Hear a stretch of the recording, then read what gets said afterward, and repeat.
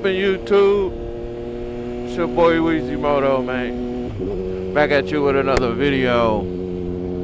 Today we're gonna talk about some semi-political, not too political, semi, and a little bit of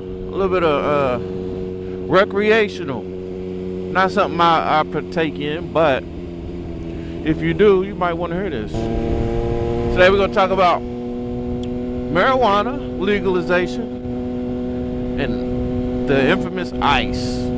Not ice meaning cold ice, like, you know, frozen water ice, like the actual government officials that supposed to, like, you know, round up illegal immigrants and things of that nature. Well, let's just start off with the fun stuff, man. I don't partake in this activity. This ain't something that I do. You know, I don't smoke. But for the people that do, and if you live in Louisville, you already know that it's legal to purchase medical marijuana, right?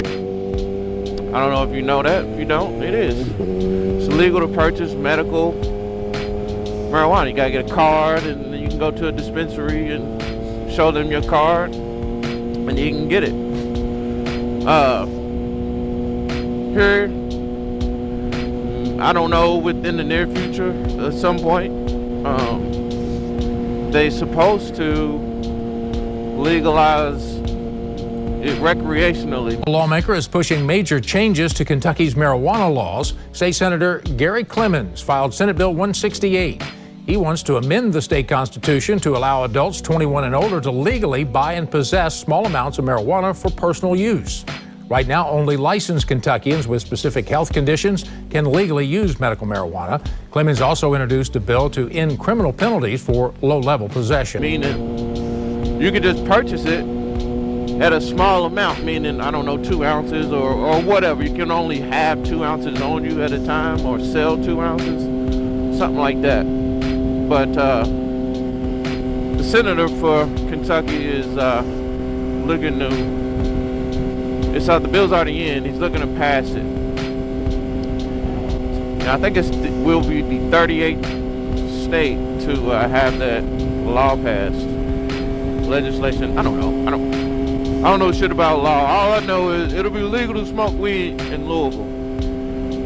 And I was just thinking about that, man. You know how many people whose life is, like, not ruined, well, pretty much ruined over some weed?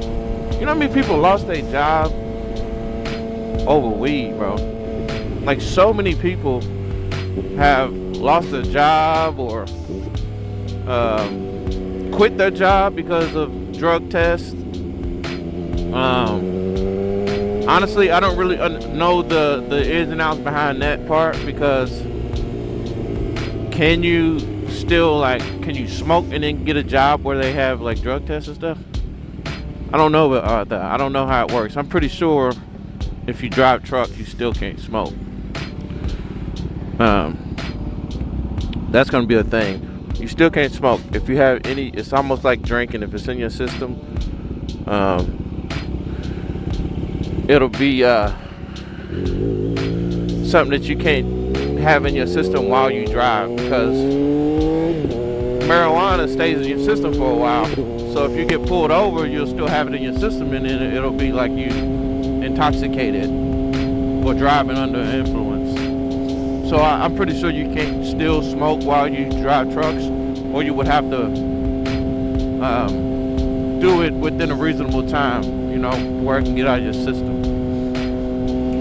Also, I don't understand the legal aspect. I'm pretty sure a lot of people's gonna be getting out of jail non-violent. What's the temperature out here? It's like 50 something. Still kind of cold. There's no sun. But anyway, the people that's in jail right now, I'm pretty sure they happy. Once it gets passed, they get out. Depending on what you did, I don't think you can go to, depending on what you're doing with it, I don't think they'll hold you that long.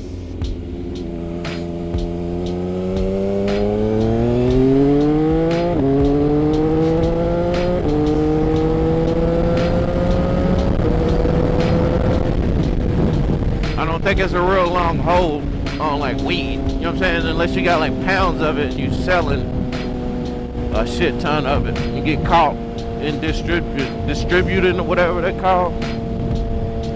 So I look at it as, I say a lot of people's gonna be getting out of jail for non-violent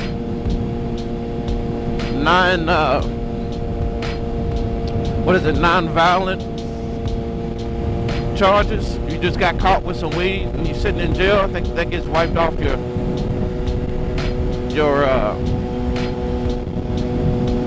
record. Because I mean, I was thinking like, damn, I know there's people sitting in jail. Like, yo, there's people right now in jail probably mad as fuck. Like, bro, all I had was some weed, man. I was going to work that day, got pulled over. This nigga smelled weed. Now I'm sitting in this motherfucker. You know what I'm saying? So I was always wondering, like, damn, once they pass some shit like that, what does the people in jail think? And I think they're gonna let these people out, which will be good. It'll be a good thing.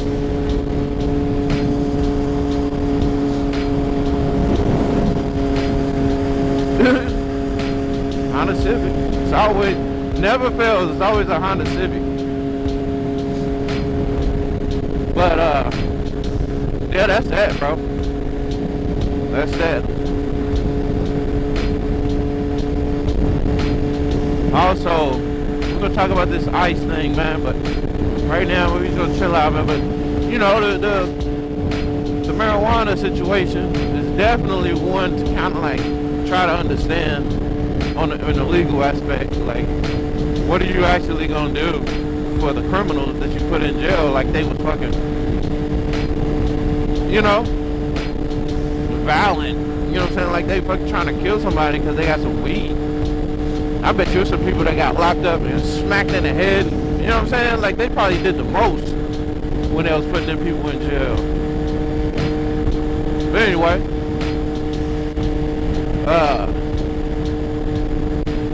our governor don't like ICE. Well, I don't know if he don't like them or he don't approve of how they doing, and I kind of understand it a little bit. But the other thing I'm trying to do is speak reason into the chaos. I'm trying to be a steadying voice of what our country should be, of pushing back against the division, of telling people that their neighbor is not the enemy from within, it's just your neighbor. And she or he are doing the very best they can in a difficult world.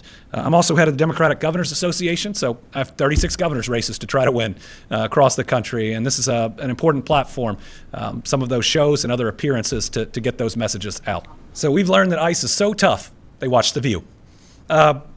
Listen, my challenge here is that ICE is not operating the way that any law enforcement agency can or should operate. As Attorney General, I was the top law enforcement official in Kentucky. I know how an investigation is supposed to be run.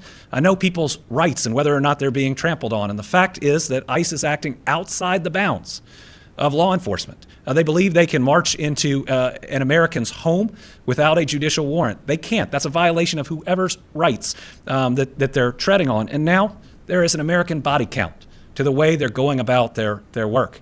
So what I called on is that they need to be retrained, all of them, because they've been encouraged, and leadership has to change. I mean, when a officer-involved shooting occurs, the person in charge of that agency can't make conclusions.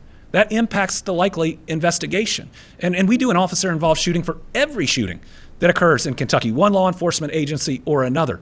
You don't just make a conclusion and move on, and just about all of them are even presented to a grand jury, even if it's law enforcement showing up, say, on a domestic violence call, and the person walks out and starts shooting them. We even do the investigation there. Why? Because that protects our rights as Americans. So, you know, ICE can act tough. All I was doing was exercising my First Amendment rights. That's within the Constitution, and I suggest that ICE reads it. I don't dislike ICE, but I dislike how they being ran. And I think they need to kind of revamp that situation a little bit. I'm not one of these people that's like, ah, fuck them. I look at it as, you could do better, bro. I'm not one of the people that, abolish law, you know, police and all that shit. Defund, I don't think you should go that far, but I do believe people can be trained better. Things can be done a lot better. You know, always gotta be some violent shit when it comes to being an officer in America. It's always got to be violence. It's always got to be, you know, people like doing wrong to somebody because you have some sort of power, and then that stirs everybody up. All you got to do is make a couple of mistakes, and I don't think these people have been trained well enough to have a position of that power to be able to detain some of these people. You know what I'm saying? Because they looking at it as, oh man, I gotta go all out to get this person, and I don't think that you have to do all of that. I don't think you should have to, like, some people you do, you know. So I'm not saying you don't, but I'm saying some people you ain't gotta go that far, and I think they go a little too far sometimes.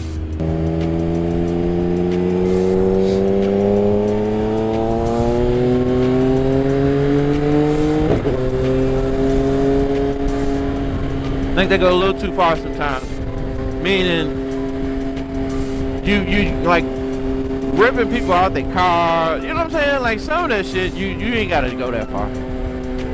You ain't gotta go that far. You ain't gotta be like, you know, get out the car and pulling guns and shit, and then fuck around as the wrong person and shit. I think a lot of that shit is people taking their position and overusing their power. Abusing their power, not even overusing, but abusing it. A lot of situations, I think these people need better training on dealing with the people that they have to arrest.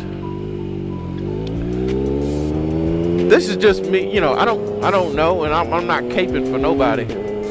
I'm just looking at it from a wide lens where it might be another way to do it. You can do the same job, but you can do it differently, is all I'm saying. And I think that's kind of what the governor's talking about. Like, you can still do your job, but you gotta, like, really reevaluate how you want to do this. You don't have to go about it as violently as you do. And that's all I think. I think it just needs to be done differently,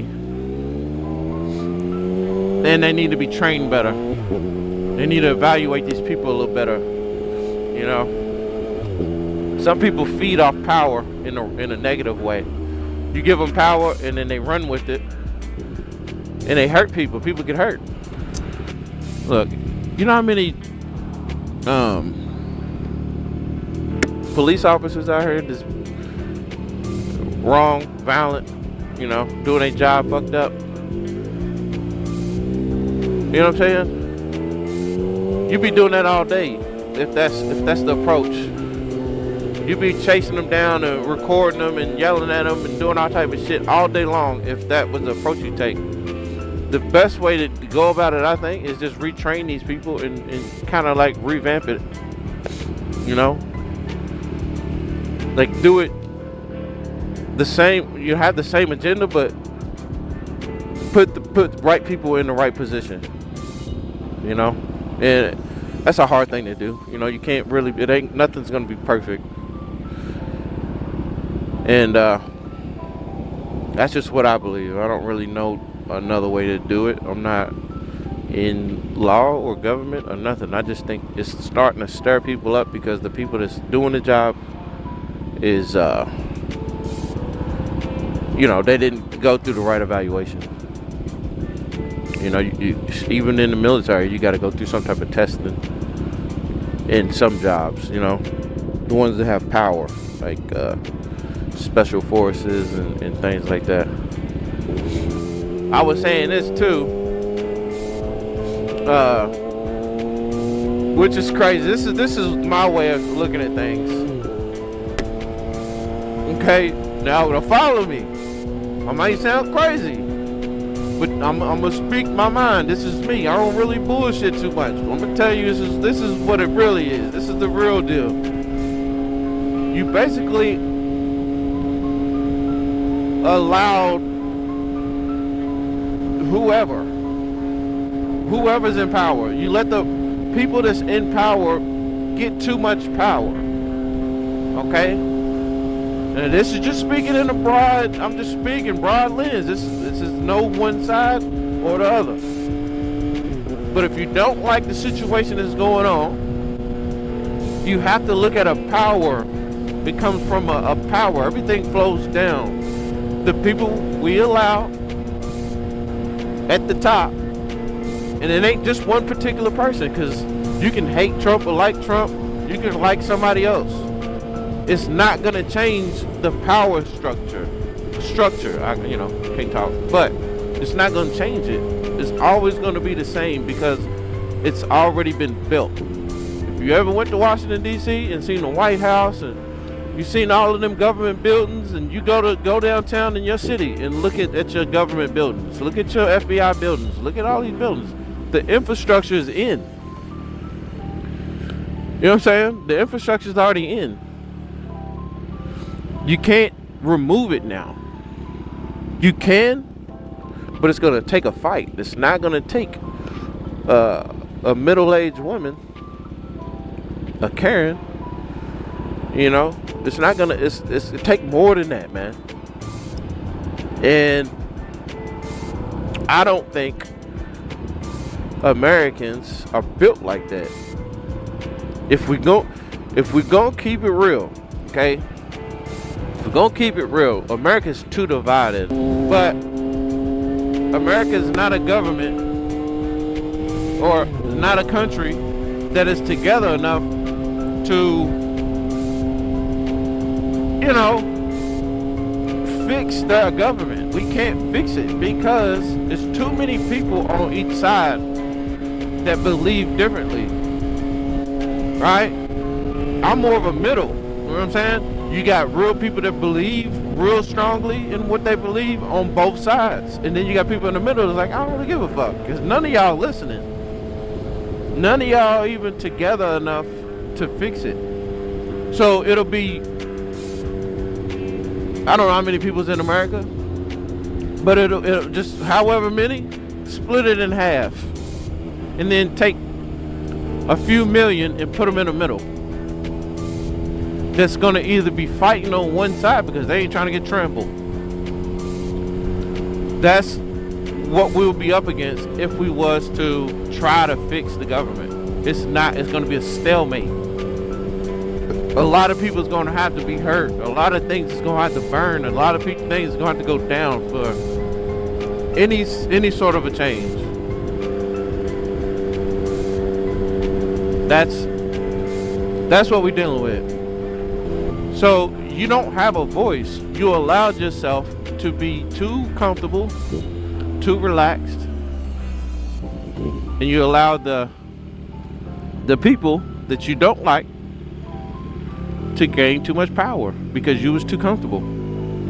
Got your nice house, your nice car, got your swimming pool in the back, put your kids through college, sitting back on your little pension or whatever, your retirement, your life is great, right?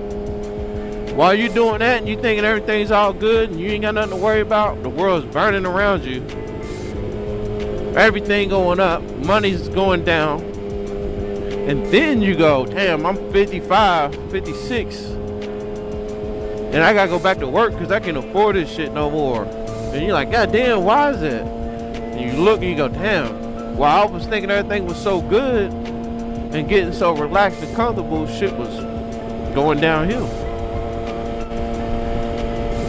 You know what I'm saying? You allow them to get too big on either side. I don't give a fuck if you're Republican or Democrat. You allow them to get too big. There's gonna always be a back and forth, and you ain't in control on either side. You just doing a whole bunch of talking. You just doing a whole bunch of hating. Oh, I hate what they call them? Libtards. These libtards and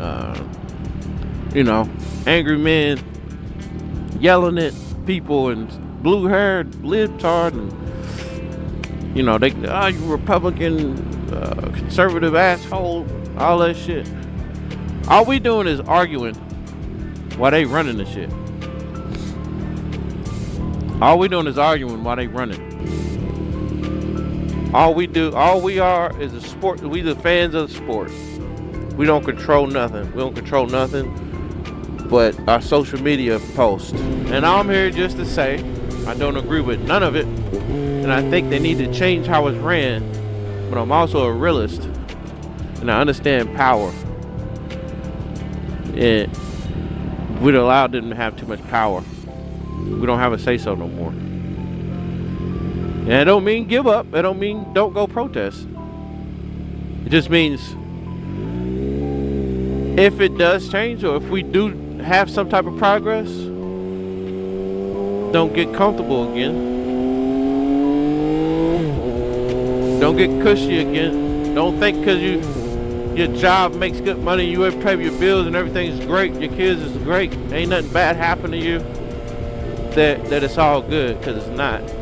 I don't really know what else to say. I did a long rant on that because it is a serious subject, and trying to spread some type of awareness, meaning be aware before you have to.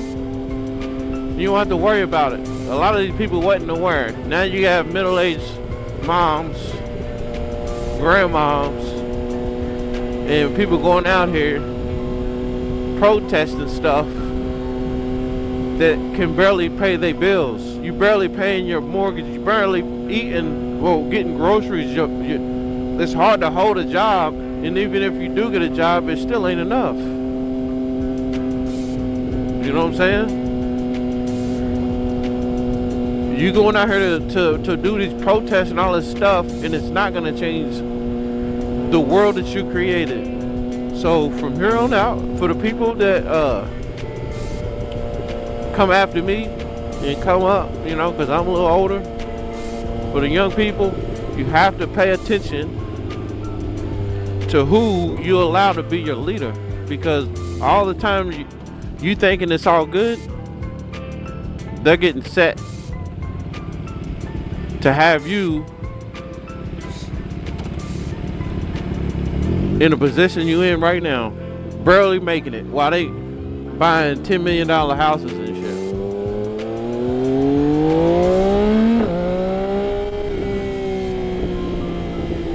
Love who loves you.